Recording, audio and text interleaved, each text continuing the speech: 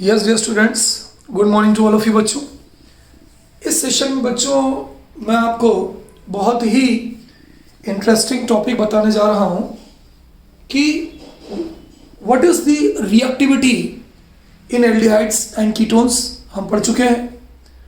What will be the reactivity in amines will read in this unit amines. ठीक है, तो amines में ammonia और अमाइंस की जो रिएक्टिविटी है उनमें किस तरह से पेपर में क्वेश्चंस आ सकते हैं बच्चों, दैट वी विल सी। बहुत ध्यान से देखिएगा। तो हमारा जो टॉपिक है बच्चों वो है रिएक्टिविटी ऑफ अमोनिया। हमारा जो टॉपिक है बच्चों वो है reactivity of ammonia and amines. Ammonia और अमाइंस में रिएक्टिविटी। ठीक है, चलिए बच्चों, व्हाट इज बेस। हमने पढ़ा था एसिड गिव H+ आयन इन एक्वस सॉल्यूशन। एसिड वो होता है जो पानी में H+ आयन को देता है।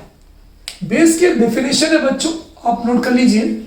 बेस एक्सेप्ट्स H+ आयन या प्रोटॉन इन एक्वस सॉल्यूशन। ये डेफिनेशन कहाँ है बच्चों? ये डेफिनेशन हमने पढ़ी है ब्रोंस्टेड लोरी कॉन्सेप्ट में क्लास 11th में। एसिड H+ आयन या प्रोटॉन देता है और बेस H+ आयन या प्रोटॉन लेता है। यह है ब्रोंस्टेड लोरी कॉन्सेप्ट में। चलिए चलते हैं भाई। चलिए, अमोनिया NH3 है ना, हम सबको मालूम है बच्चों। बहुत ध्यान से सुनिएगा जो मैं बताने जा रहा हूं। चलिए, ammonia NH3, इथाइलेमीन C2H5 NH2, डाइथाइलेमीन C2H5N C2H5NH, ट्राइथाइलेमीन C2H5N C2H5, this is triethylamine. Aniline, benzylamine C6H5 CH2 and H2, benzylamine. Aniline C6H5 and H2, aniline को हम ये भी लिख सकते हैं, और हम यहाँ रिंग बना सकते हैं बच्चों, और रिंग में लिख सकते हैं यहाँ पे NH2। ये हो गया एनिलीन। अब बच्चों अगर मैं आपसे पूछूं कि these compounds are acidic और basic, तो आप बोलोगे sir that is a Lewis base। क्यों? मैंने आपको बताया था because it contain a lone pair of electron और नाइट्रोजन एटम। इनके जो नाइट्रोजन है बच्चों, जितने भी इनके नाइट्रोजन है, हर नाइट्रोजन पर एक इलेक्ट्रॉन का जोड़ा होगा। ठीक है, ये हो गया। ये बेस है। क्यों? क्योंकि ये प्रोटॉन को एक्सेप्ट करेंगे। H+ आयन ये प्रोटॉन है, H+ आयन को हम क्या बोलते हैं? प्रोटॉन है। प्लस H+ आयन ये भी प्रोटॉन है, प्लस H+ आयन ये भी प्रोटॉन है, प्लस H+ आयन ये भी प्रोटॉन है, प्लस H+ आयन ये भी प्रोटॉन है, प्लस H+ आयन ये भी प्रोटॉन। जहां भी हमने H+ आयन लिखा है वो प्रोटॉन है। हमने भी बताया आपको, नाम आपको सबको मालूम है। पहले वाले का नाम क्या है? अमोनिया। इसका नाम हो जाएगा बच्चों अमोनिया, है ना, सबको मालूम है। फर्स्ट वाले का जो नाम है बच्चों, इसका नाम हो जाएगा अमोनिया। सेकेंड वाले का नाम हो जाएगा इथाइलेमीन या 1 डिग्री एमीन। दूसरे वाले का नाम हो जाएगा डाइथाइलेमीन या 2 डिग्री एमीन। तीसरे वाले का नाम हो जाएगा ट्राइथाइलेमीन या 3 डिग्री एमीन। चौथे वाले का नाम हो जाएगा बेंजाइलेमीन। पांचवें वाले का नाम तो सबको मालूम है, एनिलीन। चलो आगे बढ़ते हैं बच्चों। अमोनिया में लोन पेयर ऑफ इलेक्ट्रॉन है, नेगेटिव चार्ज है। ये क्या करेगा? इस प्रोटॉन को अपनी तरफ खींच लेगा। इसका मतलब ammonia is basic in nature. क्यों? नाइट्रोजन पर लोन पेयर ऑफ इलेक्ट्रॉन है and it will attract proton towards itself, इसलिए बेस हो गया। वो लिखा है सामने देखो, base accept H plus ion और प्रोटॉन इन एक्वस सॉल्यूशन। यहाँ देखें, यहाँ पर बच्चों इथाइल ग्रुप है ना, इथाइल ग्रुप है। मैंने आपको पढ़ाया था एल्काइल ग्रुप शो, यहाँ मैं लिख रहा हूँ, इसको नोट कर लीजिएगा, फिर से लिख रहा हूँ, alkyl group show plus I effect, positive inductive effect. इसको हम कौन सा इफेक्ट कहते हैं बोलो? इलेक्ट्रॉन रिलीजिंग इफेक्ट, इलेक्ट्रॉन देने वाला इफेक्ट। चलिए उस तरह से अगर अपन चले उसको हम देखें तो इथाइलेमीन में ये जो है इथाइल, ये कौन सा इफेक्ट शो करेगा? प्लस आई इफेक्ट शो करेगा, इलेक्ट्रॉन को आगे भेजेगा। नाइट्रोजन पर इलेक्ट्रॉन की डेंसिटी बढ़ जाएगी। जब नाइट्रोजन पर इलेक्ट्रॉन की डेंसिटी बढ़ जाएगी तो ये क्या करेगा? इस प्रोटॉन को और तेजी से खींचेगा। यानी इथाइल एमीन या जो 1 डिग्री एमीन है ये अमोनिया से ज्यादा बेसिक होगा, डाइथाइल एमीन, यहाँ पे 2 इथाइल ग्रुप है, एक ही दोनों प्लस ए इफेक्ट शो करेंगे, पॉजिटिव इंडक्टिव इफेक्ट शो करेंगे। ये भी इलेक्ट्रॉन को देगा, ये भी इलेक्ट्रॉन को देगा। यहाँ पर इलेक्ट्रॉन यानी नेगेटिव चार्ज की मात्रा बहुत ज़्यादा बढ़ जाएगी। ये क्या करेगा? इस प्रोटॉन को और तेजी से एक्सेप्ट करेगा। इसका मतलब हम ये कह सकते हैं कि जो सेकेंडरी एमीन है, जो डाइथाइल एमीन है, ये प्राइमरी एमीन से भी ज़्यादा बेसिक होगा। सबसे कम अमोनिया, उसके बाद इथाइल एमीन, प्राइमरी एमीन, उसके बाद सेकेंडरी एमीन। अब हम आते हैं टर्शियरी एमीन में। बच्चों होना क्या चाहिए? होना तो ये चाहिए कि यहाँ पर 3 प्लस आई इफेक्ट वाले ग्रुप है। इसको नोट कर लीजिएगा बच्चों, मैं यहाँ पे इसको हटाऊंगा। 3 प्लस आई इफेक्ट वाले ग्रुप है। अगर ये तीनों प्लस आई इफेक्ट वाले ग्रुप है तो तीनों इलेक्ट्रॉन भेजने चाहिए। ये भी भेजेगा, ये भी भेजेगा, ये भी भेजेगा। इलेक्ट्रॉन की मात्रा बहुत अधिक बढ़ जाएगी, नेगेटिव चार्ज बहुत ज़्यादा बढ़ जाएंगे। और ये क्या करेगा? अगर नेगेटिव बढ़ जाएगा, it will accept this proton more easily. वो इस प्रोटॉन को और तेजी से खींचेगा। इसका मतलब टर्शियरी एमीन को सबसे ज़्यादा बेसिक होना चाहिए था। जो प्रोटॉन को जितनी तेजी से एक्सेप्ट करेगा, खींचेगा, वो उतना ज़्यादा बेसिक होना चाहिए था। लेकिन नहीं, क्या लिखा है बुक्स में, हम पढ़ते क्या है? Tertiary amine is less basic than secondary amine. Tertiary amine जो है वो सेकेंडरी एमीन से ज़्यादा बेसिक, कम बेसिक होता है। भाई होना इसे चाहिए था। तीनों प्लस आई शो कर रहे हैं, तीनों इलेक्ट्रॉन रिलीजिंग नेचर के, तीनों इलेक्ट्रॉन को भेज रहे हैं। नाइट्रोजन पर इलेक्ट्रॉन डेंसिटी सबसे ज़्यादा बढ़ रही है, इसको तेजी से एक्सेप्ट करना चाहिए। लेकिन क्या होता है बच्चों? चलिए लिख लीजिएगा, alkyl group show plus I effect.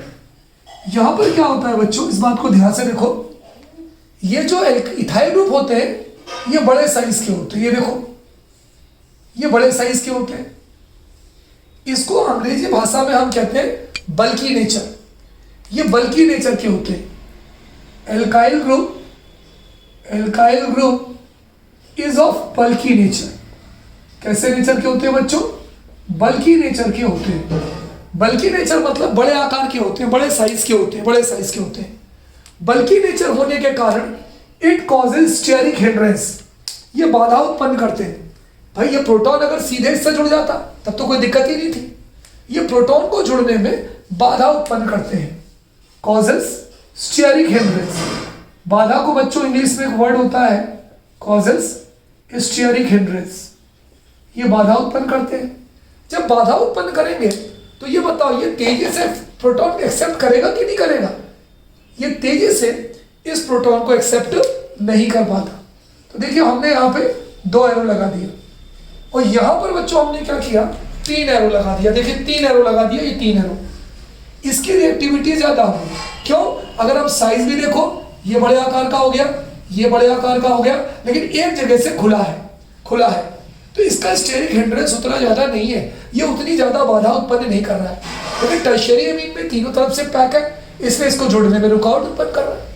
इसलिए हम ये कह सकते हैं बच्चों कि सबसे ज्यादा रिएक्टिव होगा सेकेंडरी एमीन, होना चाहिए टर्शियरी एमीन। 3 डिग्री एमीन सबसे ज्यादा होना चाहिए, लेकिन 3 डिग्री एमीन 2 डिग्री एमीन से कम है। देखिए ये ज्यादा है, ये उससे ज्यादा है, क्योंकि एक तरफ से खुला है। तो सबसे ज्यादा रिएक्टिव होगा सेकेंडरी एमीन, उससे कम टर्शियरी एमीन, उससे कम प्राइमरी एमीन और सबसे कम अमोनिया। चलिए आगे बढ़ते हैं जी। यहाँ पर बच्चों ये रिंग है, अगर आप इसको देखें तो ये रिंग है। रिंग जो शो करती है वो प्लस आर इफेक्ट शो करती है, रेजोनेंस इफेक्ट शो करती है।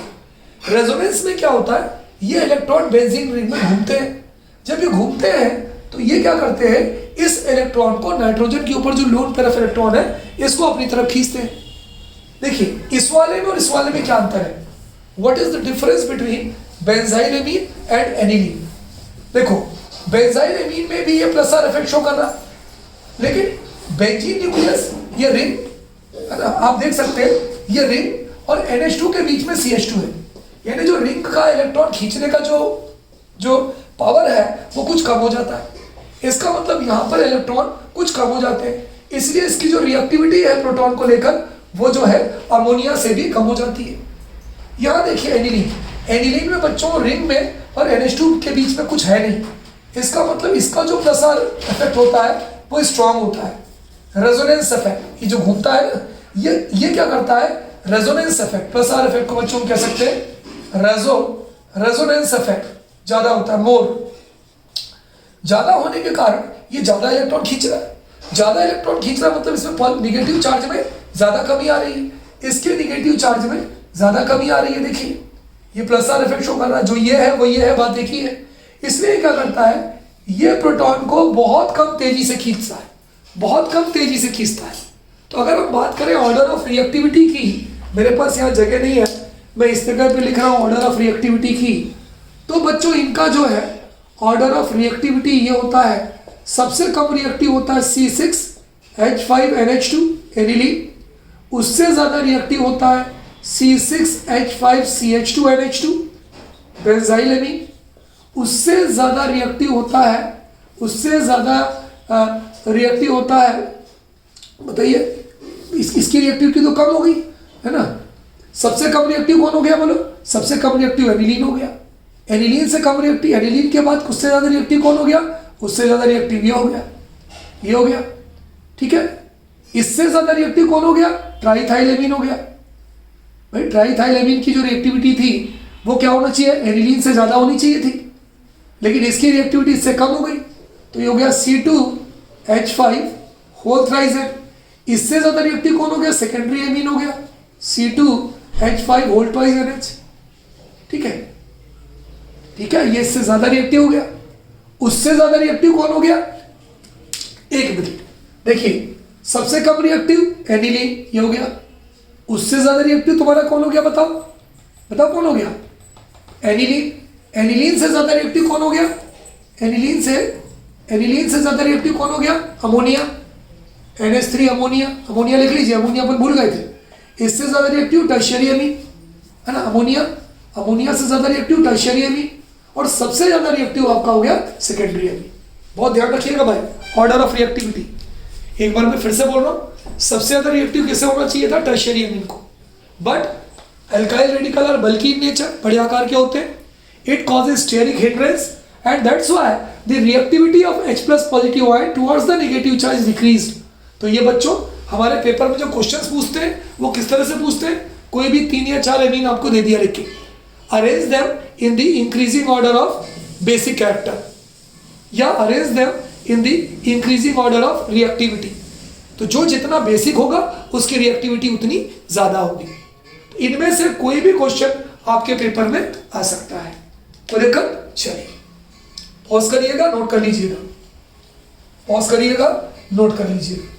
इनमें बच्चों एक मैं बड़ी इंपॉर्टेंट चीज आपको बताऊं, बहुत मजेदार चीज है, ये रिएक्टिविटी का ऑर्डर जरूर नोट कर लीजिएगा वहां पे ऊपर। सपोज करिए इसी पर बेस, देखिए ये तो मैंने आपको पूरा डिटेल बता दिया कि इतना करने के बाद आपको पास कुछ बचेगा ही नहीं कि आप किसी क्वेश्चन का आंसर न दे पाओ। सपोज करिए आपके पेपर में क्वेश्चन आया why K a value of aniline, why Ka value of aniline is less than ethylamine, is less than ethylamine। ये पेपर में क्वेश्चन है, पेपर में क्वेश्चन क्या है बच्चों आपके, why Ka value of aniline is less than ethylamine, ठीक है। या आपके पेपर में क्वेश्चन आया why P के ए नहीं बी, ए होता है एसिड के लिए और B होता है बेस के लिए। हम यहाँ पर बेस की बात कर रहे हैं। Why pKb value of aniline, pKb value of aniline is more than, pKb value of aniline is more than ethylamine। बात देखिए, अगर हम Kb के टर्म्स में बात करेंगे एनिलीन की तो वैल्यू कम होगी, अगर हम Pkb के टर्म्स में बात करेंगे तो वैल्यू ज्यादा होगी। क्यों? देखिए, अब फोकस करिए, हमें दिया क्या है, एक एनिलीन दिया है और एक इथाइलेमीन दिया है। चलिए पहले एनिलीन की बात करते हैं जी। ये रिंग है, रिंग के ऊपर ये NH2 है, नाइट्रोजन के पास 2 लोन पेयर ऑफ इलेक्ट्रॉन है, ठीक है। किससे रिएक्टिविटी देखनी है? प्रोटॉन से। जो जितनी तेजी से अट्रैक्ट करेगा वो उतना ज्यादा रिएक्टिव होगा। ये रिंग है, रिंग में इलेक्ट्रॉन घूम रहे हैं, इलेक्ट्रॉन घूम रहे हैं तो ये कौन सा इफेक्ट शो कर रहा है? Plus are effect. Plus are effect का फुल फॉर्म क्या होता है? Resonance effect. रेजोनेंस इफेक्ट में क्या करता है? ये इलेक्ट्रॉन देगा कि लेगा? ये इलेक्ट्रॉन को अपनी तरफ खींचता है। रेजोनेंस इफेक्ट जो होता है ये होता है इलेक्ट्रॉन विथड्रॉइंग इफेक्ट। ये होता है इलेक्ट्रॉन विथड्रॉइंग इफेक्ट। यहाँ इलेक्ट्रॉन डेंसिटी कम हो जाएगी, जब इलेक्ट्रॉन डेंसिटी कम हो जाएगी तो ये इसको कम तेजी से खींचेगा। इसका मतलब जो हमारा एनिलीन है वो लेस बेसिक है, लेस बेसिक है। हमने क्या पढ़ाया? Base attract proton, acid gives H+ ion या proton in aqueous solution and base gain H+ ion और प्रोटॉन इन एक्वस सॉल्यूशन। ये H+ आयन या प्रोटॉन को गेन तो कर रहा है लेकिन धीमी गति से कर रहा है, तो ये लेस बेसिक है ना। मैंने पहले भी लिखा था, फिर से लिख देता हूं। बेस एक्सेप्ट प्रोटॉन, एक्सेप्ट मतलब लेता है H+ आयन या प्रोटॉन। जो जितनी तेजी से लेगा वो इतना स्ट्रॉन्ग बेस होगा। चलिए, तो एनिलीन की बात हो गई। अब हम बात करते हैं इथाइलेमीन की। C2H5NH2, इसका नाम क्या है बच्चों? इसका नाम है इथाइलेमीन, या हम अगर इसका IPSC नेम लिखें तो IPSC नेम होगा इथेनामीन। यहां पर बच्चों, यहां पर अगर हम बात करें तो एल्काइल ग्रुप है इथाइल ग्रुप, ठीक है। NH2 नाइट्रोजन के ऊपर लोन पेयर होगा, ये प्लस आई इफेक्ट शो करेगा। प्लस आई का फुल फॉर्म क्या है बोलो? पॉजिटिव इंडक्टिव इफेक्ट, पढ़ा चुका हूं मैं, पॉजिटिव इंडक्टिव इफेक्ट। इसमें इलेक्ट्रॉन देगा कि लेगा? देगा। ये होता है इलेक्ट्रॉन रिलीजिंग इफेक्ट, ये विड्रॉइंग था, ये हो जाएगा इलेक्ट्रॉन रिलीजिंग इफेक्ट। अब इसमें क्या होगा? ये इलेक्ट्रॉन को आगे भेजता है ना। यहां पर ये तुम्हारा प्रोटॉन है, H+ आयन है, प्रोटॉन है। जब इलेक्ट्रॉन को आगे भेजेगा तो इसके ऊपर क्या होगा? इलेक्ट्रॉन डेंसिटी बढ़ जाएगी, इलेक्ट्रॉन डेंसिटी इंक्रीजेस। जब इलेक्ट्रॉन डेंसिटी बढ़ जाएगी तो ये नेगेटिव चार्ज बढ़ जाएगा, तो ये इसको तेजी से खींच लेगा, तेजी से खींचेगा। यहां पर तो ये लेस बेसिक था, इसने तेजी से खींचा तो ये हो गया मोर बेसिक। बताओ भाई, दोनों में कम बेसिक कौन है? दोनों के अंदर जो कम बेसिक होता है वो कौन है? वो एनिलीन है। तो बच्चों, ये जो एनिलीन था ये लेस बेसिक था। अच्छा, इथाइलेमीन आपका मोर बेसिक है। तो जो Kb वैल्यू होती है वो सही बात बताती है कि हम ये ले सकते हैं कि Kb value of aniline is less than ethylamine. क्यों? Because aniline is less basic than ethylamine. तो हम लिख सकते हैं यहाँ पे पहले वाले का आंसर क्या लिख सकते हैं? Aniline is less basic. देखिए, ये चार्ज कम हो रहा है, कम तेजी से प्रोटॉन को खींच रहा है तो कम बेसिक है। चार्ज बढ़ रहा है, ज़्यादा तेजी से प्रोटॉन को खींच रहा है तो ज़्यादा बेसिक है। Aniline is less basic than ethylamine, ethylamine. Therefore, Kb value of aniline will be less than ethylamine, तो Kb वैल्यू साथ साथ चलती है। तो अगर आपसे पूछे कि भाई एनिलीन की केबी वैल्यू इथाइलेमीन की केबी वैल्यू से कम क्यों होती है, तो सीधी सी बात कि भाई जो एनिलीन होता है वो इथाइलेमीन से कम बेसिक है, कम तेजी से प्रोटॉन एक्सेप्ट करता है, इसलिए इसकी केबी वैल्यू जो है वो इथाइलेमीन से कम होती है। मान लीजिए पेपर में क्वेश्चन चेंज हो गया, इन्होंने केबी के पहले केवल कैपिटल पी लगा दिया, तो उल्टा हो जाएगा। Why p Kb value of aniline is more than ethylamine, तो लिखोगे आप सेम कि aniline is less basic than ethylamine, therefore Kb के जगह पे आ जाएगा पी केबी, ये उल्टा बताती है। Therefore P Kb value of aniline will be less की जगह लिखोगे मोर, will be more than ethylamine. तो बच्चों ये ध्यान रखिए कि केबी और पी केबी क्या होता है, केबी रियल चीज बताती है और पी केबी उसी चीज को अपोजिट कर देती है। कोई दिक्कत? चलिए नोट करिए, पॉज करिएगा, नोट कर लीजिएगा। इसी पर बेस्ड बच्चों मैं आपको एक क्वेश्चन बताता हूँ, बहुत ध्यान से सुनिएगा, बड़े मज़ेदार क्वेश्चन हैं जी, है ना, ध्यान से सुनिएगा इसको। सपोज करिए मैंने आपको एक क्वेश्चन दिया, ये रिएक्टिविटी का सेगमेंट चल रहा है बच्चों हमारा, रिएक्टिविटी का सेगमेंट। मैंने आपको एक क्वेश्चन दिया, arrange them in the increasing order of, arrange them in the increasing order of basic character, increasing order of basic character या reactivity, basic character और reactivity। भाई जो जितना भी ज़्यादा बेसिक होगा उसकी रिएक्टिविटी उतनी ज़्यादा होगी। चलिए देता हूँ मैं आपको। नंबर 1, मैं बहुत ध्यान से देखिएगा, बहुत मज़ा आएगा आपको।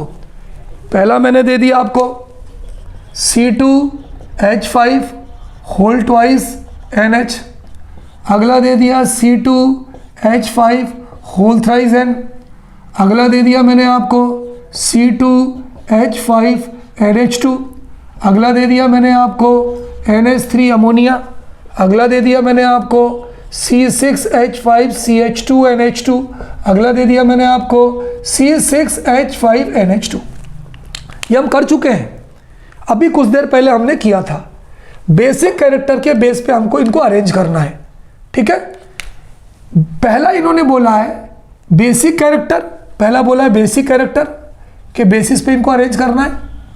दूसरा इन्होंने बोला इन केबी वैल्यूज के ऑर्डर पे अरेंज करना है। तीसरा इन्होंने बोला इन पीकेवी वैल्यूज के ऑर्डर पे अरेंज करना है। 3 क्वेश्चन है। चलिए, तो जो बेसिक कैरेक्टर होता है, जो रिएक्टिविटी होती है, जो रियल चीज होती है, वो केबी हो जाएगी। तो पहले वाले का और दूसरे वाले का आंसर हमारा सेम होगा। जो बेसिक कैरेक्टर का ऑर्डर होगा वही केबी का ऑर्डर होगा। रीजन में अभी आपको पिछले क्वेश्चन में समझाया है। बताइए सबसे कम कौन होगा? C6H5 NH2। इससे ज़्यादा कौन होगा? C6H5 CH2 NH2। इससे ज़्यादा कौन होगा? बताइए इससे ज़्यादा कौन होगा? C2H5 whole thrice N। इससे ज़्यादा कौन होगा बताइए? इससे ज़्यादा अमोनिया होगा। हम अमोनिया को बार बार भूल जा रहे हैं भाई। इससे ज़्यादा कौन होगा? Ammonia NH3। उससे ज़्यादा कौन होगा बोलो? C6H5 CH2 NH2। नहीं, ये तो 2 बार हो गया भाई, 2 बार हो गया। हाँ, इससे ज़्यादा कौन होगा तुम्हारा? C2H5 whole thrice N। इससे ज़्यादा कौन होगा बोलो? अमोनिया। अमोनिया के प्राइमरी, अमोनिया से ज़्यादा प्राइमरी हो जाएगा C2H5NH2। इससे ज़्यादा कौन होगा? C2H5 whole thrice N। सबसे ज़्यादा कौन होगा? C2H5 whole twice NH। ये हो गया रिएक्टिविटी। तो जो एक्चुअल ऑर्डर है, जो बेसिक ऑर्डर है, वही तुम्हारा केबी वैल्यूज का ऑर्डर होगा, है ना। नोट कर लीजिए, मैं भी मिटाऊंगा इसको। लेकिन अगर मान लो यही क्वेश्चन 1 और 2 का ना होकर, पॉज कर लिया, लिख लिया, पॉज करके लिख लीजिएगा, यही अगर आंसर हमारा तीसरे वाले का होता है पीकेबी, तो पीकेबी में पूरा ऑर्डर उल्टा हो जाता है। पूरा का पूरा जो ऑर्डर होगा वो उल्टा हो जाएगा। वो पीकेबी का मतलब ये होता है कि पूरे ऑर्डर को रिवर्स कर देना। ये हो गया सबसे ज़्यादा एनिलीन, फिर बेंजाइलेमीन, फिर अमोनिया, फिर इथाइलेमीन, फिर ट्राइथाइलेमीन और फिर डाइथाइलेमीन। जो सबसे कम था वो सबसे ज़्यादा रिएक्टिव हो जाएगा और जो सबसे ज़्यादा रिएक्टिव था वो सबसे कम रिएक्टिव हो जाएगा। कब? When we will see in terms of pKb values. ध्यान रखिएगा बात को। चलिए पॉज करिए, नोट करिए। अगला क्वेश्चन, अगला क्वेश्चन हम देख रहे हैं, देखिए, अरेंज द फॉलोइंग, बहुत ध्यान से सुनिएगा भाई। Arrange them in the increasing order of basic कैटो रिएक्टिविटी इन गैसियस फेस। कौन से फेस में आ गए बच्चों हम? In gaseous phase. जब यह अमीन गैसियस फेस में होगा तो सारा का सारा ऑर्डर नॉर्मल हो जाता है, वहां स्टेरिक हिंड्रेंस काम नहीं करता।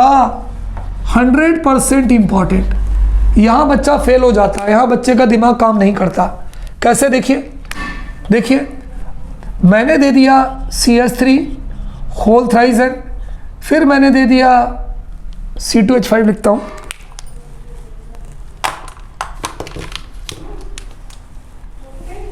ध्यान दीजिएगा। मैंने दिया आपको, मैंने दिया इसको, आपको क्वेश्चन तो यही है, क्वेश्चन तो ऊपर ही लिखा है ना, क्वेश्चन ऊपर ही लिखा है। मैंने आपको दिया C2H5 होल थ्राइस एन, फिर मैंने आपको दिया C2H5 होल ट्वाइस NH, फिर मैंने आपको दिया C2H5 C2, है ना, ध्यान दीजिएगा। मैंने क्या दिया आपको? मैंने आपको दिया C2H5 NH2 और फिर मैंने आपको दिया NH3 अमोनिया। ठीक, ये मैंने आपको दे दिया। अब यहाँ पे क्या होता है बच्चों? यहाँ नॉर्मल ऑर्डर होता है। यहाँ जो हम स्टेरिक हिंड्रेंस की बात कर रहे थे पहले कि भाई इसके अंदर स्टेरिक हिंड्रेंस होगा, यहाँ स्टेरिक हिंड्रेंस की बात खत्म हो जाती है। यहाँ स्टेरिक हिंड्रेंस का रोल ही नहीं रहता। तो सबसे ज़्यादा बेसिक कौन होगा? अगर हम सबसे कम बेसिक कौन होगा? अमोनिया होगा। उससे ज़्यादा कौन होगा? प्लस आई इफेक्ट के हिसाब से प्राइमरी अमीन होगा। उससे ज़्यादा बेसिक कौन होगा? सेकेंडरी अमीन होगा। उससे ज़्यादा बेसिक कौन होगा? C2H5 whole thrice N tertiary amine होगा। यानी यहाँ पर जो हमारा प्लस आई इफेक्ट वाली चीज़ है, वो प्लस आई इफेक्ट वाली चीज़ डोमिनेंट हो जाती है, डोमिनेंट हो जाती है। कब? जबकि गैसियस फेस में हो। वहाँ पर हमारा स्टेरिक हिंड्रेंस वाला फंडा काम नहीं करता। अगर स्टेरिक हिंड्रेंस वाला फंडा काम करता तो टर्शियरी अमीन कम होगा, सेकेंडरी अमीन ज़्यादा होगा। तो इस बात का हमेशा ध्यान रखिएगा कि अगर इथाइल वाली बात आए, इस मोड पर बात आए, तो जो रिएक्टिविटी का ऑर्डर है वो केवल पॉजिटिव इंडक्टिव इफेक्ट को ही फॉलो करता है। नोट कर लीजिए बच्चों।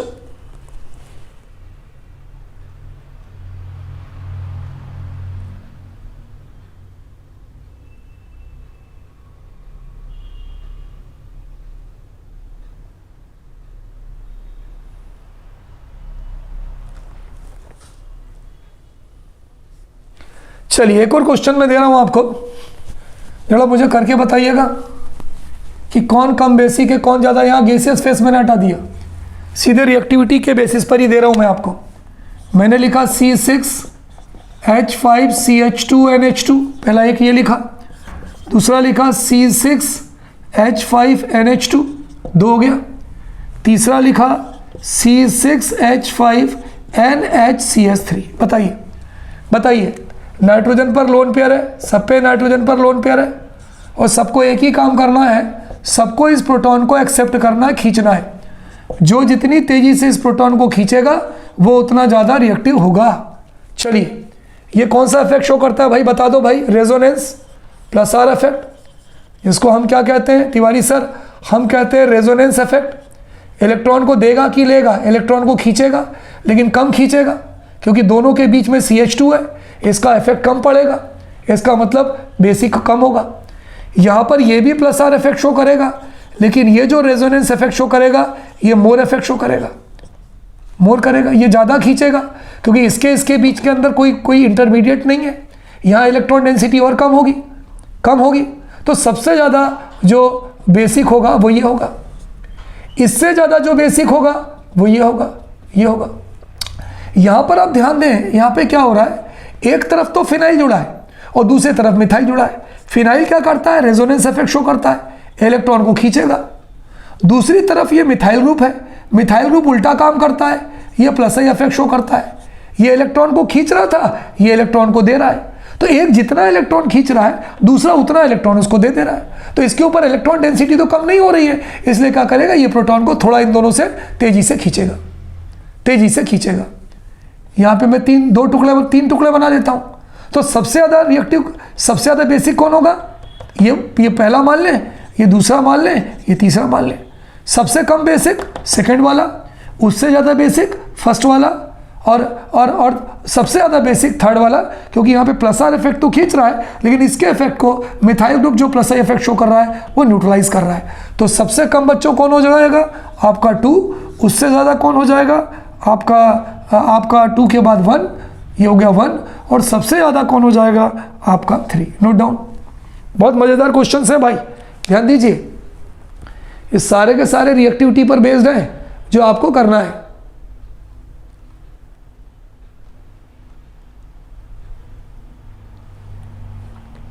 तो बच्चों इस तरह से हमने रिएक्टिविटी के जो क्वेश्चंस थे वो सारे के सारे हमने सॉल्व कर लिए, ठीक है। और ये थे बेसिसिटी या रिएक्टिविटी पर बेस्ड क्वेश्चन थे। केबी और पीकेबी, केबी नॉर्मल ट्रेंड को लेकर चलता है और पीकेबी जो बेसिक कैरेक्टर है उसका रिवर्स हो जाता है। इसी तरह से बच्चों मैंने आपको जो एल्कोहल, एल्डिहाइड, कीटोन और कार्बोक्सिलिक बताया था, वहाँ भी कर लीजिएगा कि के और पीके वैल्यू, के नॉर्मल ट्रेंड को फॉलो करती है और अगर अपन उसका उल्टा कर दें तो वो हो जाएगी पीके वैल्यू। चलिए अब हम बच्चों कुछ रीजनिंग क्वेश्चंस पर चलते हैं। वैसे ये भी तो आपके रीजनिंग ही क्वेश्चंस थे कि भाई इसको बेसिक कैरेक्टर में, या किसी का जो एनिलीन होता है वो कम बेसिक क्यों होता है, इथाइलेमीन ज़्यादा बेसिक होता है। तो रीजनिंग क्वेश्चंस थे। We are going to do few more reasoning questions. तो बच्चों हमने इस तरह से बेसिक कैरेक्टर, रिएक्टिविटी देख लिया। अब हम कुछ रीजनिंग क्वेश्चंस पर जा रहे हैं। रीजनिंग क्वेश्चंस है ना, रीजनिंग क्वेश्चंस पर जा रहे हैं, ठीक।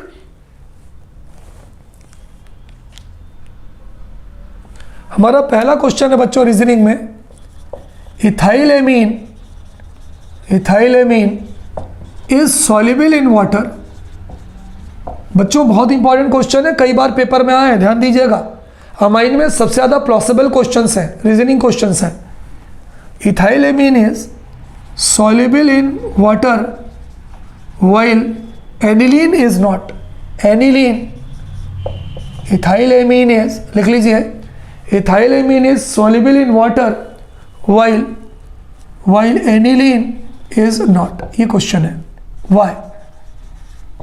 भाई ऐसा क्यों होता है कि इथाइलेमीन पानी में soluble होता है जबकि एनिलीन नहीं होता। सबसे पहले आप इसका स्ट्रक्चर देखिए। Answer C2H5NH2। क्यों भाई, इथाइलेमीन के अंदर कितने हाइड्रोजन है, 2 हाइड्रोजन है, इसका नाम क्या है, इथाइल एमीन। चलो भाई एनिलीन भी बनाते हैं, ये हो गया N, और इसके पास भी तिवारी सर 2 हाइड्रोजन है, एक ये है एक ये है, ये भी पीछे नहीं है भाई, ये है एनिलीन।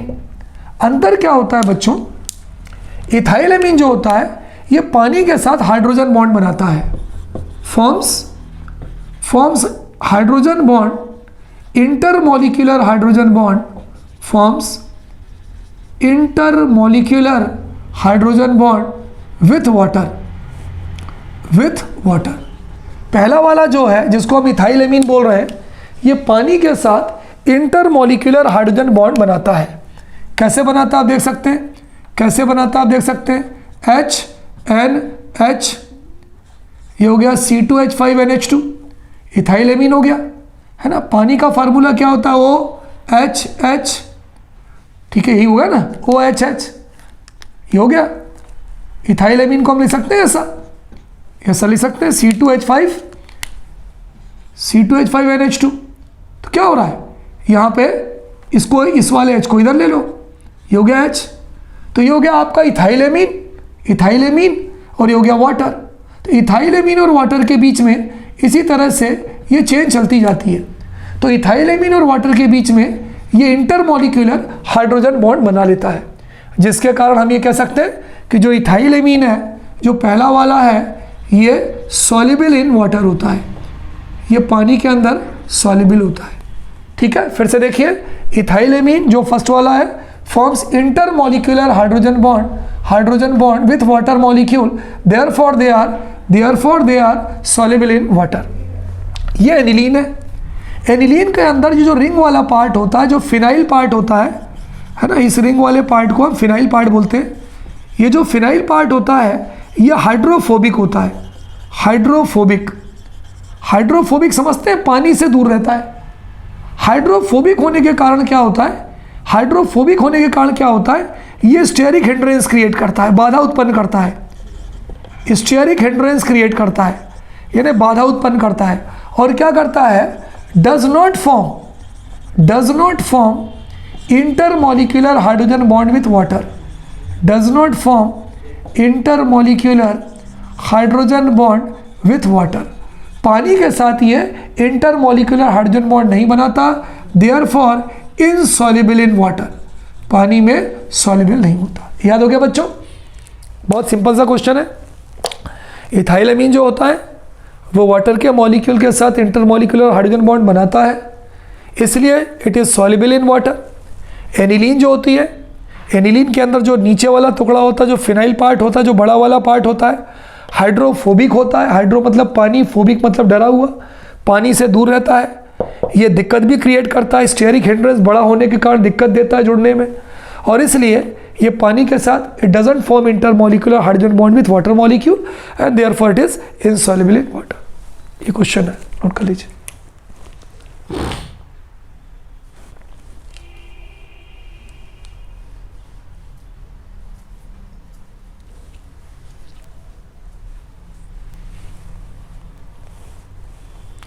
चलिए नोट कर लिया। अगला क्वेश्चन चलते हैं बच्चों, बहुत बढ़िया क्वेश्चन है। अगला क्वेश्चन हमारा बहुत बढ़िया क्वेश्चन है, उसको भी हम चलते करते हैं। ये हमारा नेक्स्ट क्वेश्चन है। हमारा अगला क्वेश्चन है बच्चों, methylamine in water reacts with ferric chloride to form hydrated ferric oxide, hydrated ferric oxide। आपको मालूम बच्चों, हाइड्रेटेड फेरिक ऑक्साइड का एक और नाम होता है और फेरिक हाइड्रोक्साइड, हाइड्रोक्साइड। वाई? हमारा क्वेश्चन ये है बच्चों कि जो मिथाइलेमीन को हम पानी में घोलें और साथ में उस पानी में फेरिक क्लोराइड भी डाल दें, तो क्या होता है कि मिथाइलेमीन और फेरिक क्लोराइड ये दोनों आपस में मिलकर हाइड्रेटेड फेरिक ऑक्साइड बनाते हैं। हाइड्रेटेड फेरिक ऑक्साइड का दूसरा नाम क्या है? Ferric hydroxide. दिमाग लगाइए, सोचिए, आई विल एक्सप्लेन इट।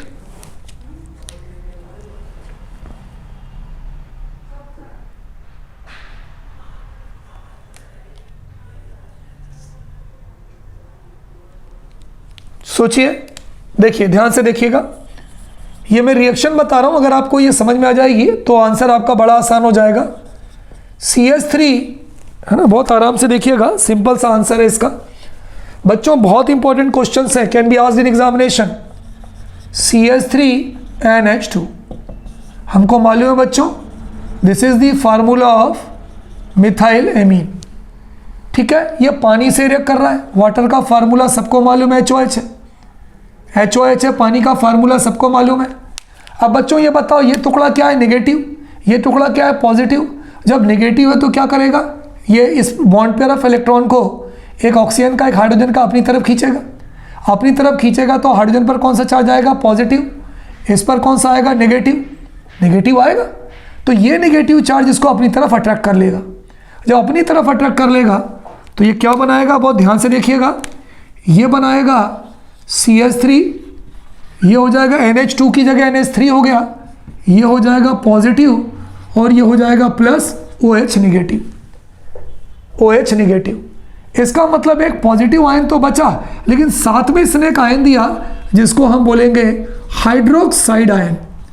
तो एक तरह से जो मिथाइलेमीन है, ये जब पानी से रिएक्ट करता है तो ये हाइड्रोक्साइड आयन को जनरेट करता है, OH नेगेटिव आयन को जनरेट करता है। अब क्या है? हमारे सॉल्यूशन के अंदर FeCl3 भी मिला है, वो देखिए ये FeCl3 मिला है, ये पानी में आयनाइज होता है, आयनाइज होने के बाद ये पानी में क्या देता है Fe3+। तिवारी सर आपको कैसे पता चला 3+? क्योंकि 3 जोड़ा है, और प्लस 3Cl नेगेटिव आयन देता है, क्लोराइड आयन। पहले वाले आयन को हम बोलते हैं फेरिक आयन, इसको हम फेरिक आयन बोलते हैं, फेरिक आयन। और इस वाले आयन को हम बोलते हैं chloride ion, chloride ion. Final step देखिए क्या होता है, फाइनल स्टेप में क्या होता है, ये जो Fe3+ आयन है ये OH नेगेटिव आयन से कंबाइन होते हैं। फेरिक आयन सॉल्यूशन में 2 ही तो चीज़ थी, एक ये था और एक ये था। इसने फेरिक आयन दिया, इसने हाइड्रोक्साइड आयन दिया। फेरिक आयन क्या करता है, इस हाइड्रोक्साइड आयन से रिएक्ट करता है और रिएक्ट करने के बाद बनाता है FeOH होल थ्राइस। देख लीजिए ध्यान से, फेरिक आयन जो है वो हाइड्रोक्साइड आयन से रिएक्ट करता है और रिएक्ट करने के बाद बनाता है FeOH होल थ्राइस। ये यहाँ, ठीक है। इसको हम हाइड्रेटेड फेरिक ऑक्साइड भी कहते हैं, ठीक। तो ये हो गया फेरिक हाइड्रोक्साइड। तो ये जो आयन बनाया है बच्चों, इस आयन को हम बोलते हैं फेरिक हाइड्रोक्साइड, फेरिक हाइड्रोक्साइड। और फेरिक हाइड्रोक्साइड को बच्चों हम हाइड्रेटेड फेरिक ऑक्साइड भी बोलते हैं, इसको हम हाइड्रेटेड फेरिक ऑक्साइड भी बोलते हैं। नोट कर लीजिए।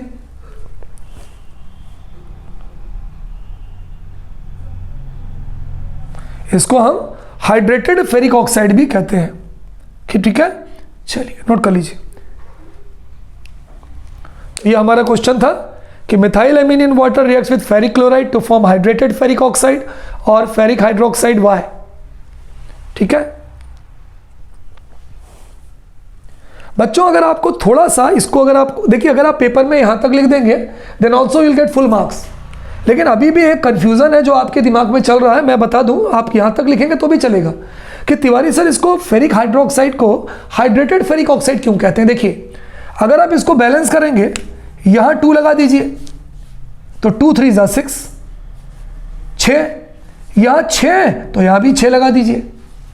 अब आपको इसको बैलेंस करना है तो आप यहां 2 लगा दीजिए।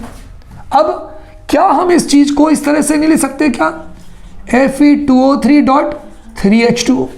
बिल्कुल लिख सकते हैं, आप देख लीजिए। आयरन 2 है, आयरन 2 है, ऑक्सीजन 3 है, 3 नहीं है, 3 और 3 दूनी 6 है, ऑक्सीजन 3 और 3 6 हो गए। तो बच्चों आप चाहें तो पहले वाली कंडीशन भी लिख सकते हैं जो मैंने आपको डायरेक्ट बताई है कि यहाँ पर ये मत लिखिए, यहाँ ये मत लिखिए, सीधे FeOH होल थ्राइस लिख दीजिए। और चाहे तो यहाँ 2 करके, यहाँ 6 करके, इसको बैलेंस करके ये लिख दें। ये क्लियर है कि देखो ये क्या बताता है कि हम इसको हाइड्रेटेड फेरिक ऑक्साइड क्यों कहते हैं। नोट कर लीजिए।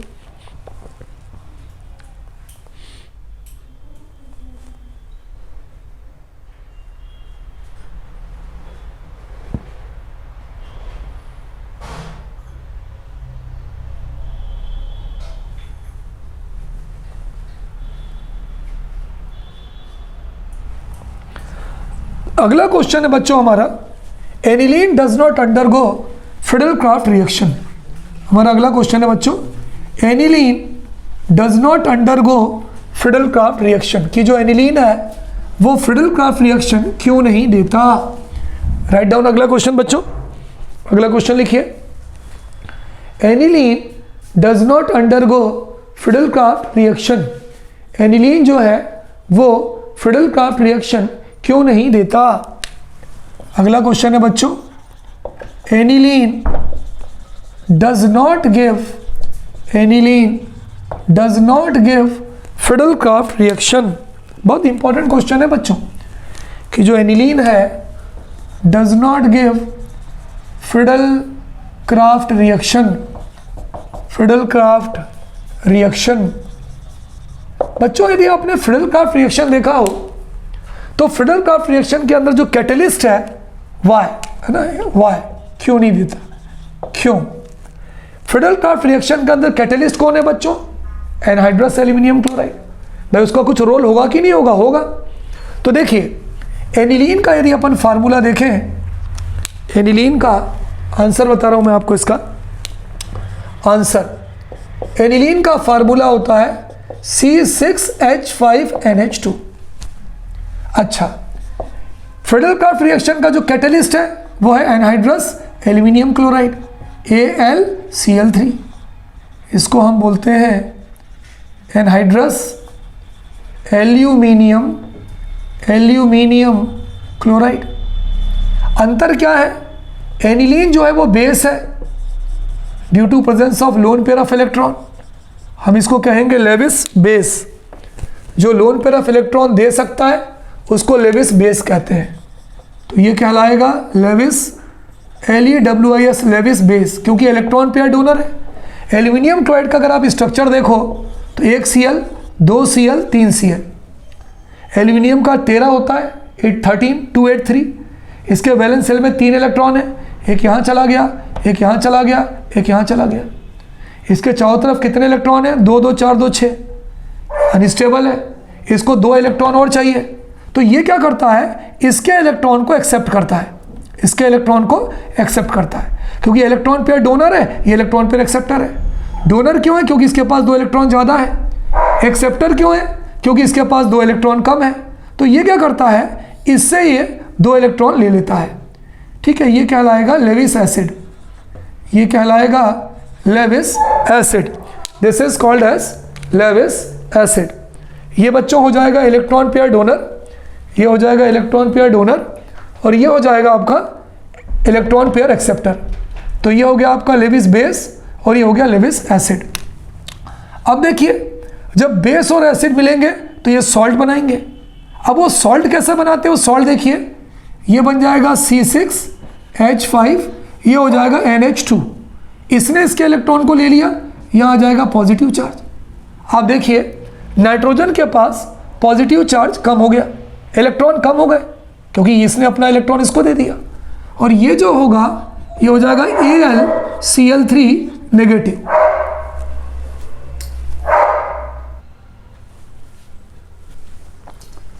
तो बच्चों यहाँ पर हमारा जो सॉल्ट बनता है C6H5NH2, ठीक है, और ये हो जाएगा AlCl3। NH2 पर कौन सा चार्ज आ जाएगा? इसने इसको इलेक्ट्रॉन दे दिया तो पॉजिटिव, और इस पर कौन सा चार्ज आ जाएगा? नेगेटिव। नोट कर लीजिए, तो एक चार्ज आ गया पॉजिटिव और इस पर जो चार्ज आ गया वो कौन सा आ गया? नेगेटिव। इसका मतलब ये आपका एक सॉल्ट बन गया। जब ये सॉल्ट बन गया तो इस सॉल्ट में अगर आप एक बात ध्यान से देखो तो नाइट्रोजन पर अगर मैं आपसे पूछूं कि इलेक्ट्रॉन डेंसिटी बढ़ रही कि कम हो रही है, तो आप ये कह सकते हो Tiwari sir, electron density on nitrogen atom of amine group decreases. क्यों डिक्रीज हो रही है? ये वाले ग्रुप के कारण, जो डीएक्टिवेटिंग ग्रुप है। भाई ये फिनाइल से जुड़ा है ना, ड्यू टू ये पूरा ग्रुप फिनाइल से तोड़ के अलग कर दीजिए। NH2AlCl3 नेगेटिव पॉजिटिव, इस ग्रुप को अपन कौन सा ग्रुप बोलते हैं? Deactivating group. Deactivating group. ये जो NH2AlCl3 नेगेटिव पॉजिटिव वाला ग्रुप है बच्चों, ये डीएक्टिवेटिंग ग्रुप है। तो इस डीएक्टिवेटिंग ग्रुप के कारण जो नाइट्रोजन है आपके एनिलीन का, इस पर इलेक्ट्रॉन डेंसिटी कम हो रही है। सो देयरफॉर हम ये कह सकते हैं कि जो एनिलीन है वो लेस रिएक्टिव हो जाता है ना। इसके कारण जब इलेक्ट्रॉन डेंसिटी कम हो जाएगी तो therefore we can say aniline does not give, है ना। ये पूरा का पूरा लिख दीजिए कि aniline does not give Friedel Crafts reaction. समझ में आ गया? एनिलीन लेविस बेस है, एल्यूमिनियम क्लोराइड लेविस एसिड है। ये इसको इलेक्ट्रॉन दे देता है, ये ले लेता है, इस पर पॉजिटिव आता है, इस पर नेगेटिव आता है, they form the salt. Salt का जो ये वाला ग्रुप होता है, नाइट्रोजन पर पॉजिटिव चार्ज आ गया, इलेक्ट्रॉन डेंसिटी कम हो गई, ये डीएक्टिवेटिंग ग्रुप हो गया। तो इस डीएक्टिवेटिंग ग्रुप के कारण ये एनिलीन उतना एक्टिव नहीं रह पाता and it does not take part in Friedel Crafts reaction, चाहे वो फ्रेडल-क्राफ्ट एल्काइलेशन हो, चाहे वो फ्रेडल-क्राफ्ट एसाइलेशन हो। नोट कर लीजिए।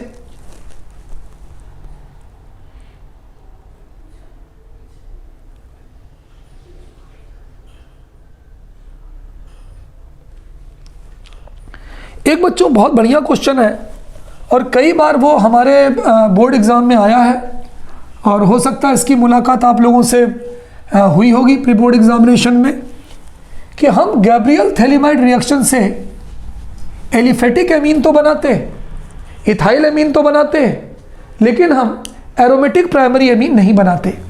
तो जो हमारा क्वेश्चन है वो ये है,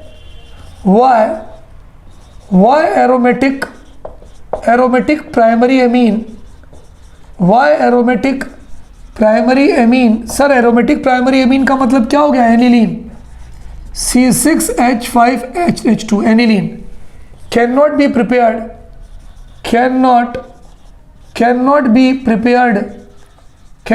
prepared by Gabriel thalamide reaction, Gabriel PTHALIMID Gabriel thalamide reaction, कि भाई गैब्रियल थैलिमाइड रिएक्शन से हम एरोमेटिक प्राइमरी अमीन जो है नहीं बना सकते, ऐसा क्यों है? देखिए समझिएगा बच्चों, आपको याद है मैंने आपको बताया था कि जो इथाइल ब्रोमाइड होता है ना, देखिए जो इथाइल ब्रोमाइड होता है, ethyl iodide C2H5I, ethyl iodide Gabriel phthalimide के अंदर इथाइल आयोडाइड यूज होता है, ये यूज होता है इथाइल आयोडाइड, है ना, इथाइल आयोडाइड यूज होता है। इथाइल आयोडाइड में क्या होता है? कार्बन और हेलोजन के बीच में सिंगल बॉन्ड होता है। सिंगल बॉन्ड होने के कारण क्या होता है? Easily dissociate to give reaction, आसानी से टूटता है, to give nucleophilic substitution reaction, easily dissociate to give SN reaction. SN reaction full form लिख लोगे, SN का मतलब होता है न्यूक्लियोफिलिक सब्स्टिट्यूशन रिएक्शन। जबकि आपको जब मैंने हेलोएरिन बताया था, ये तो हो गया नंबर 1। नंबर 2, जब मैंने आपको हेलोएरिन बताया था तो हेलोएरिन में मैंने आपको ये बताया था, ये वाला स्ट्रक्चर याद करिए, ये वाला स्ट्रक्चर, ये Cl, ये पॉजिटिव चार्ज, ये देखो ये क्या है? एरिल हैलाइड है, हेलोएरिन है। ये क्या है? हेलोएरिन है, या इसी को अपन बोल सकते हैं एराइल हैलाइड। ये एल्काइल हैलाइड है, ये एराइल हैलाइड है। इसके अंदर क्या है? कार्बन और हेलोजन के बीच में डबल बॉन्ड कैरेक्टर है, double bond present between, double bond present between carbon and halogen इन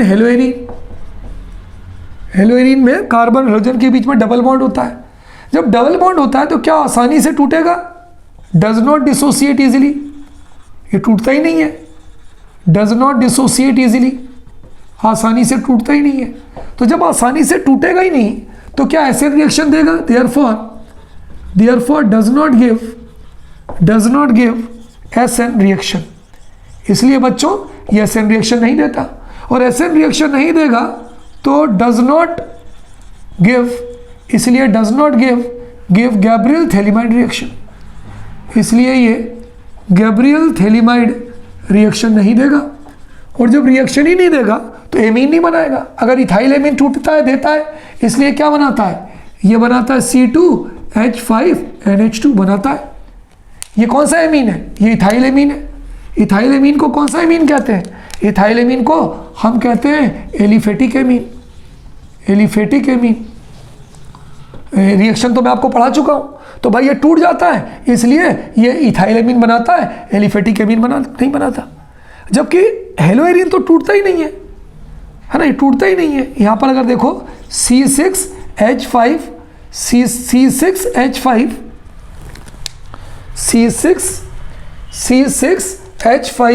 ये हेलोएरिन है ना। यहाँ डबल बॉन्ड आ रहा है, डबल बॉन्ड जल्दी टूटता नहीं है, इसलिए हम ये कह सकते हैं कि ये जब जल्दी टूटता नहीं है, देयरफॉर डज नॉट फॉर्म, ये नहीं बनाता C6H5NH2, यानी एनिलीन नहीं बनाता। एनिलीन का मतलब क्या हुआ? एरोमेटिक प्राइमरी एमीन नहीं बनाता, एरोमेटिक प्राइमरी एमीन नहीं बनाता। तो इसका मतलब ये हुआ कि गैब्रियल थैलिमाइड रिएक्शन से एलिफेटिक एमीन तो बन सकता है, SN रिएक्शन होती है due to presence of single bond between carbon and halogen. और एरोमेटिक एमीन इसलिए नहीं बनता क्योंकि इसके लिए हमको क्लोरोबेंजीन लेना पड़ेगा, और क्लोरोबेंजीन या आइडो या क्लोरो कुछ भी ले लो, यहाँ Cl भी लिख सकते हो, ये लेना पड़ेगा। और क्लोरोबेंजीन है ना, चलो यहाँ आई लिख दो, कोई फर्क नहीं पड़ता, यहाँ आई लिख दिया, यहाँ भी आई लिख दो। और आयोडीन और इसके बीच में डबल बॉन्ड होता है, कैरेक्टर होता है इसके और कार्बन के बीच में, इसलिए ये एरोमेटिक प्राइमरी अमीन का फॉर्मेशन पॉसिबल नहीं है। नोट कर लीजिए।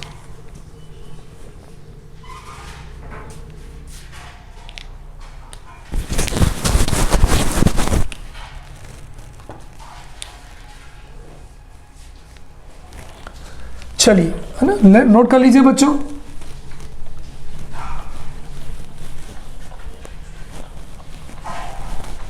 अगला क्वेश्चन है बच्चों, वाई आर, अगला क्वेश्चन है why are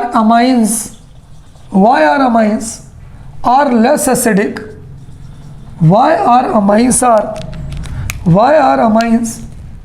are less acidic than alcohols of comparable mass,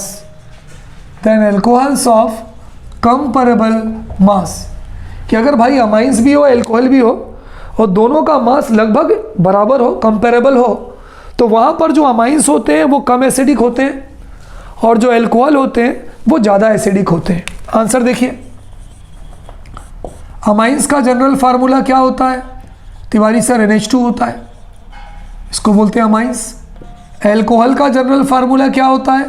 ROH होता है। बोलो भाई कोई परेशानी? बोलिए, कोई परेशानी हो तो बोलिए। ये अमाइंस का फार्मूला, ये एल्कोहल का फार्मूला है।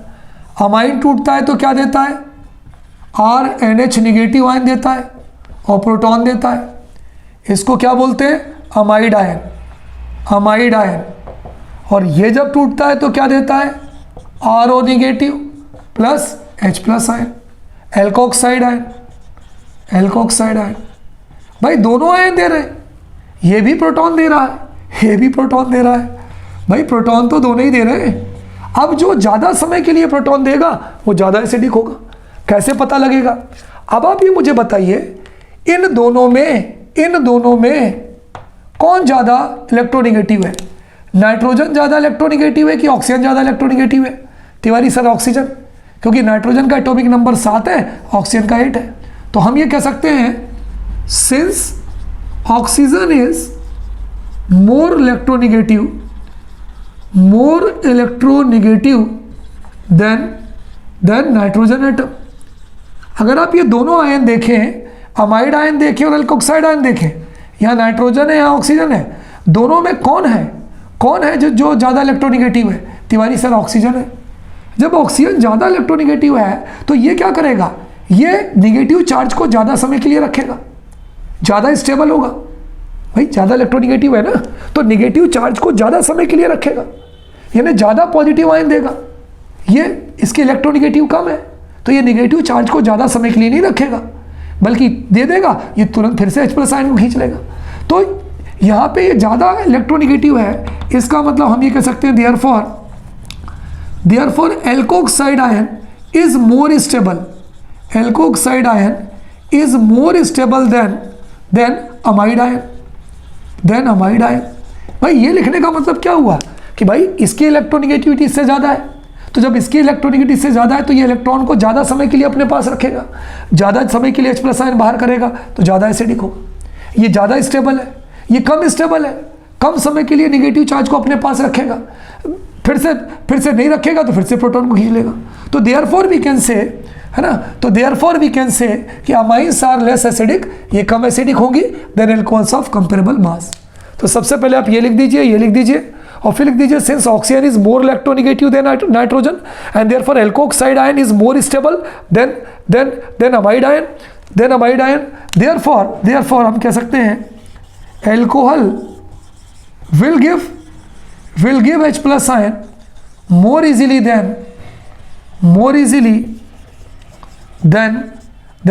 amine. Therefore हम ये कह सकते हैं कि ये ज़्यादा एसिडिक होगा, ये कम होगा। Therefore amine is less acidic than alcohol. Amine जो है अल्कोहल से कम एसिडिक होगा। बच्चों बहुत ही beautifully way, this is the very beautiful way to explain the answer of this question, note down.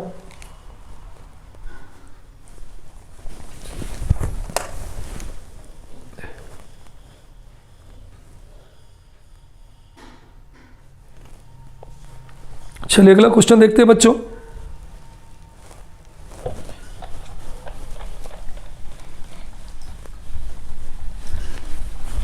अगला क्वेश्चन देखते हैं, plausible causes, reasons. Why the boiling point of primary amine, why the boiling point of primary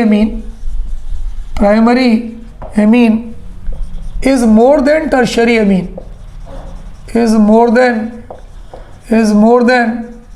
tertiary amine। Note कर लीजिए, why the boiling point of primary amine is more than tertiary amine। मोर लिख लें या higher लिख लें, बात एक ही है। अब बच्चों अगर आप इसका आंसर देखें तो प्राइमरी एमीन का फार्मूला होगा C2H5NH2, टर्शियरी एमीन का फार्मूला होगा C2H5 होल थ्राइज N। क्या इसके पास कोई हाइड्रोजन है? नो हाइड्रोजन, हाइड्रोजन नहीं है। हाइड्रोजन नहीं है तो क्या ये इंटरमॉलिक्यूलर हाइड्रोजन बॉन्ड बनाएगा? नहीं बनाएगा। Therefore does not form intermolecular hydrogen bond among themselves. अपने बीच में ये इंटरमॉलिक्यूलर हाइड्रोजन बॉन्ड नहीं बनाता, जुड़ेगा ही नहीं। जब ये जुड़ेगा ही नहीं तो क्या इसको तोड़ने के लिए एनर्जी चाहिए? क्या नहीं लगेगी। Therefore we can say boiling point is very less, या नहीं के बराबर होता है। इथाइल एमीन है, इथाइल एमीन कौन सा एमीन कहलाएगा? Primary amine. ट्राइथाइल एमीन कौन सा एमीन कहलाएगा? टर्शियरी एमीन या 3 डिग्री एमीन। इथाइल एमीन के अंदर कितने हाइड्रोजन है? 2 हाइड्रोजन है। It contains 2 hydrogen atoms. 2 hydrogen atoms है तो क्या ये इंटरमॉलिक्यूलर हाइड्रोजन बॉन्ड बनाएगा? बनाएगा। Therefore forms large number of, क्योंकि 2 हाइड्रोजन है, एक ही चाहिए, forms large number of intermolecular hydrogen bond among themselves. Hydrogen bond among themselves अपने बीच में बहुत ज़्यादा मात्रा में इंटरमॉलिक्यूलर हाइड्रोजन बॉन्ड बनाता है। इसलिए हम ये कह सकते हैं कि इसका जो बॉइलिंग पॉइंट होगा दैट विल बी हायर, है ना। सीधा सा आप देख के बता सकते हैं। यहाँ पे इथाइल एमीन है, 2 हाइड्रोजन एटम है, 2 हाइड्रोजन एटम है तो हाइड्रोजन बॉन्ड बनाएगा, ज़्यादा मात्रा में बनाएगा, ये नहीं बनाएगा। इसलिए इसका जो बॉइलिंग पॉइंट होता है प्राइमरी एमीन का, वो टर्शियरी एमीन से ज़्यादा होता है। नोट कर लीजिए बच्चों इसको।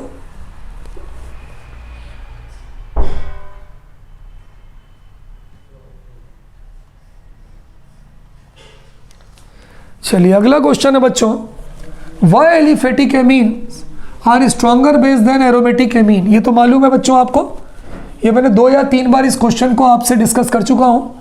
चलिए एक बार और डिस्कस कर लेता हूँ। क्वेश्चन ये है, why aliphatic primary amines are more basic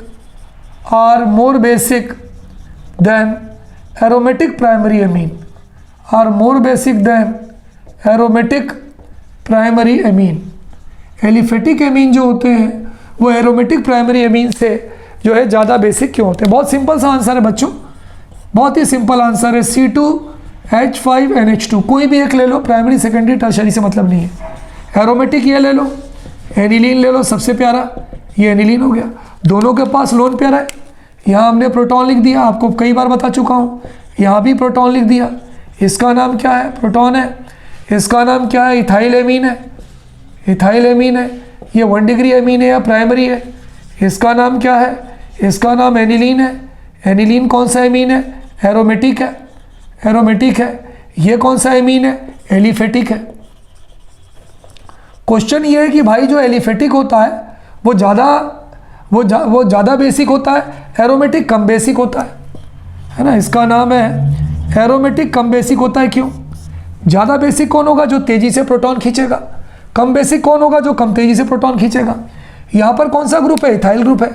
ethyl group कौन सा इफेक्ट शो करता है? Plus I effect, positive inductive effect. Electron को इसकी तरफ भेजेगा। जब भेजेगा तो क्या होगा? यहाँ पर इलेक्ट्रॉन डेंसिटी बढ़ेगी कि घटेगी? Tiwari sir, electron density increases. जब इलेक्ट्रॉन डेंसिटी बढ़ जाएगी तो निगेटिव चार्ज बढ़ जाएंगे। जब निगेटिव चार्ज बढ़ जाएंगे तो क्या होगा? ये तेज़ी से इस प्रोटॉन को खींच लेगा। इसका मतलब हम ये कह सकते हैं कि जो एलिफेटिक, हम ये लिखेंगे aliphatic primary amines, aliphatic primary amines are more basic in nature. हम लिखेंगे बच्चों aliphatic primary amine are more basic in nature. चलिए अब यहाँ आते हैं, अगले वाले पर आते हैं। एनिलीन। एनिलीन क्या है बच्चों? एरोमेटिक एमीन है। एनिलीन एरोमेटिक एमीन है। अगर ये एरोमेटिक एमीन है तो ये जो न्यूक्लियस होगा, जो फिनाइल ग्रुप होगा, ये कौन सा इफेक्ट शो करेगा? प्लस आर इफेक्ट शो करेगा। प्लस आर का मतलब क्या होता है बच्चों? Resonance effect. Plus are effect का मतलब होता है रेजोनेंस इफेक्ट शो करेगा। रेजोनेंस इफेक्ट का मतलब क्या होता है कि ये इलेक्ट्रॉन को भेजेगा नहीं, ये इलेक्ट्रॉन को अपनी तरफ खींचेगा। जब अपनी तरफ खींचेगा बच्चों तो यहाँ पर इलेक्ट्रॉन डेंसिटी कम होगी। इलेक्ट्रॉन डेंसिटी कम होगी तो इसकी रिएक्टिविटी इस प्रोटॉन को H+ आयन को लेकर कम हो जाएगी। यहाँ पर हमने 2 एरो बनाया है, यहाँ पर हमने सिंगल एरो बनाया है, तो इसकी जो रिएक्टिविटी है बच्चों वो कम हो जाती है। इसलिए हम ये कह सकते हैं, क्या कह सकते हैं? एरोमेटिक। हम ये कह सकते हैं aromatic primary amines, aromatic primary amine is less basic in nature, is less basic in nature. तो इस तरह से बच्चों इस क्वेश्चन का आंसर हमें मिल गया कि भाई why aliphatic primary amines are more basic than aromatic primary amines. ठीक है, तो इस तरह से बच्चों जो most of the important reasoning questions of this unit I have discussed. और अब अगले पार्ट में थोड़ा सा मैं आपको conversions, complete the chemical equations और कुछ कंप्लीट द इक्वेशंस के कुछ क्वेश्चंस आपको करवाने वाला हूँ। That will be important as according to your examination. कोई दिक्कत बच्चों? तो okay students, good day to all of you. बहुत मज़ा आया होगा, आप इसको ध्यान से देखिएगा और इसको आत्मसात करने की कोशिश करिएगा। You have to go through only once.